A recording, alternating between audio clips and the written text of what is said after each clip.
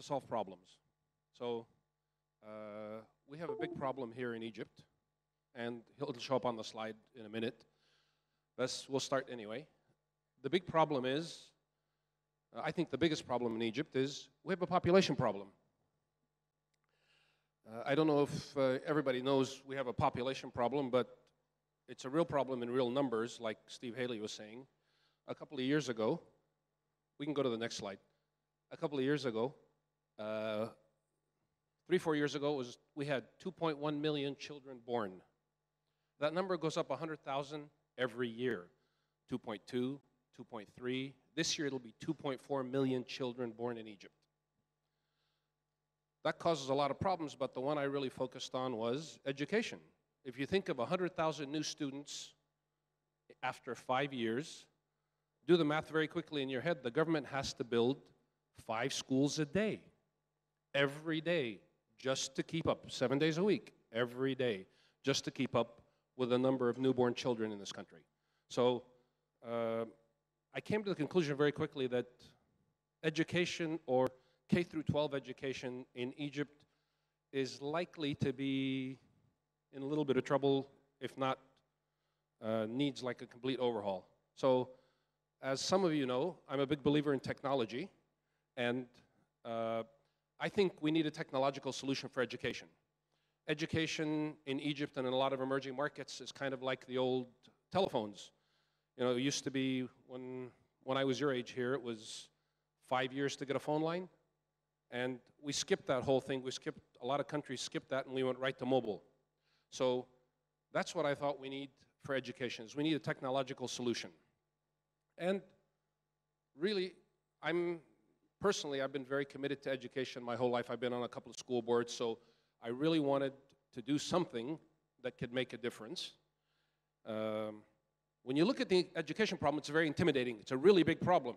And as a business person, I think the interesting thing about business people versus government people is business people take problems and chop them into bite-sized pieces and then consume them one at a time. Government take everything into consideration, and very few things get done. So in what I'm going to tell you that we've done, you'll see a lot of holes. There's a lot of, why didn't you do this? Why didn't you do that? Because we can't do it all at the same time. But eventually, inshallah, we'll get to all of it.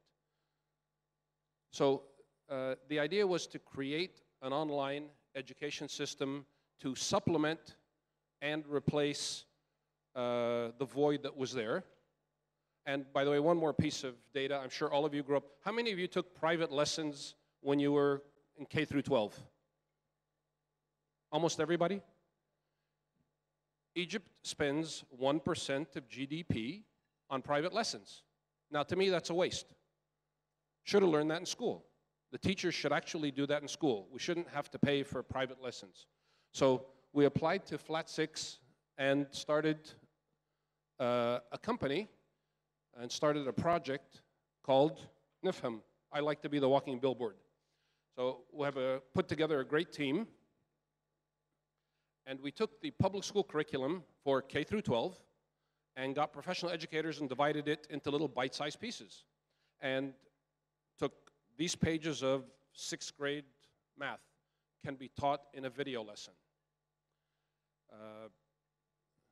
That was probably the hardest part of the whole project, was taking the curriculum and dividing it. We then went around and said, okay, we don't need to reinvent the wheel. Who has already done this? Some of you may have recorded some of these videos or some of the groups you've been involved in, but we found at least 2,000-3,000 videos available on the internet that already taught the lessons that we had subdivided. The next phase was we created. So we split into 3 phases: curating, creating, and we hired 60 teachers. And the teachers recorded all the lessons. And they recorded videos with PowerPoint presentations. But the goal was to be able to have every lesson have at least 1 video.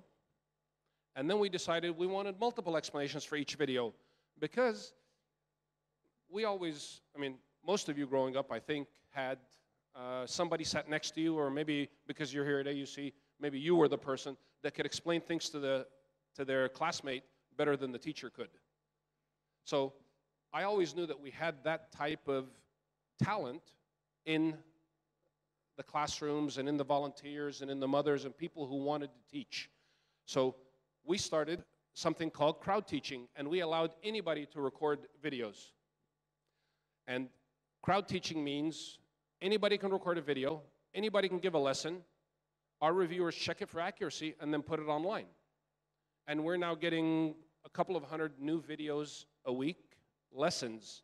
These are video lessons teaching K through 12 curriculum being submitted by the crowd. People like you. A lot of mothers are doing elementary school. We have 10-year-olds teaching other 10-year-olds, recording lessons for them.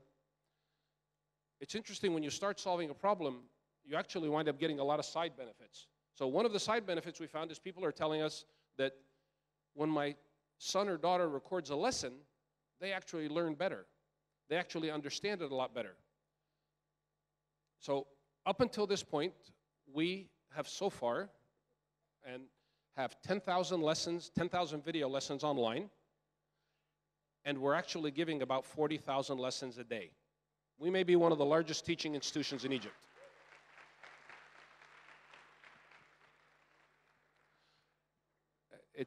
It's amazing that we've gotten to this without advertising, and we've just started the advertising. But 40,000 lessons a day, when you think of it, is a really big number.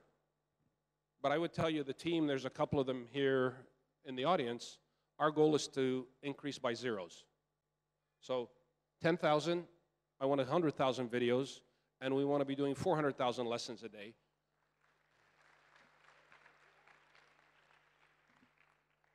This is the website.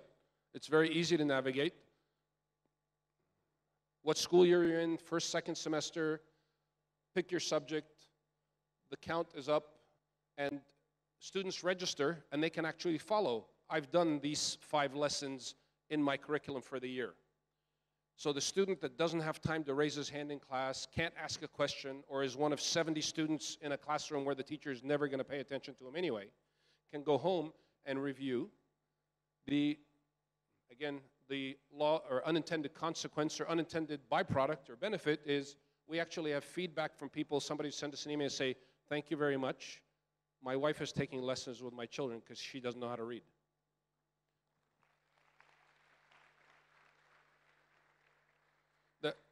We've just started the Syrian curriculum.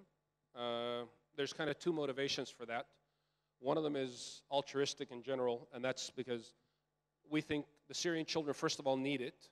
And in the future, inshallah, when the fighting stops, as fighting always stops and everybody looks back and says, what a waste, the schools will be rebuilt way after they get connectivity. So they're going to get connectivity before they have classrooms to go to.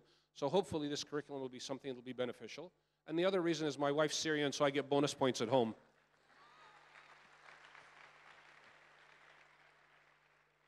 So what's next for us? We have a couple of extra, our next agenda items and our next goals as we want to solve this problem all across MENA. We already have the Arabic content. We have the classes. We have the videos. Almost every other Arabic-speaking country understands the Egyptian dialect. So we're going to be putting the curriculum on. Hopefully, our target is to have the Palestinian curriculum done by the end of the year. And hopefully next year, by the end of the school year, we should have the rest of the Arabic curriculums done and put up online. Next phase, if some of you want to get involved, we're going to have online question and answer. We're going to have Google Hangouts or chats where people will answer live questions, because when the student's done, he may still have questions. So we want to have people online available in every subject and every grade, and to answer any question any student has, to be a live assist and completely replace the whole private home tutoring system.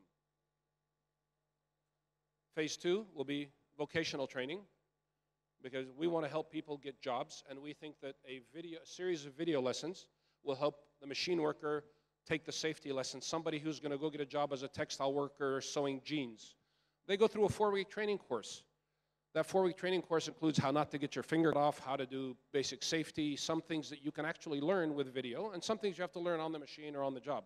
We want to replace that whole part of the on the, anything that can be replaced on video, anything that can have this quick technology fix, we want to be able to replace it and improve the employability of a lot of the students that may not have jobs otherwise. Our last phase is we want to conquer the world, okay? So we're actually thinking of how to put this into an open source platform so anybody can do this in any language. So we want to put the whole process into a platform to be something like a combination of Wikipedia and Khan Academy, where volunteers can create, volunteers can review around their public school curriculums. And there's a lot of disagreements if public school curriculums are the right thing, but in most countries, it's mandatory. If you want to progress in this society, you have to learn this curriculum. So we want to go after that. The next step is we want to do certification, and we've started talking to people who do certification so that eventually we'll be able to have somebody who takes our lessons, takes a test, be able to get a certificate, or at the very least sit directly for a government exam and totally revamp and provide an alternate solution to the existing academic system. And the last thing is, I always leave every audience with a challenge. It's your turn. You guys have to do something similar. Find a problem and fix it, or participate in solving this problem, or participate in somebody else's project solving another problem. Because I will tell you, there's absolutely nothing special about me and the team and the people who did this. We just decided we're going to do it. And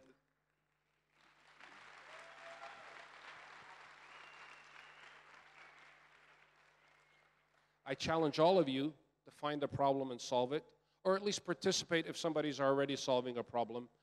And it's little baby steps get you a long way down the road.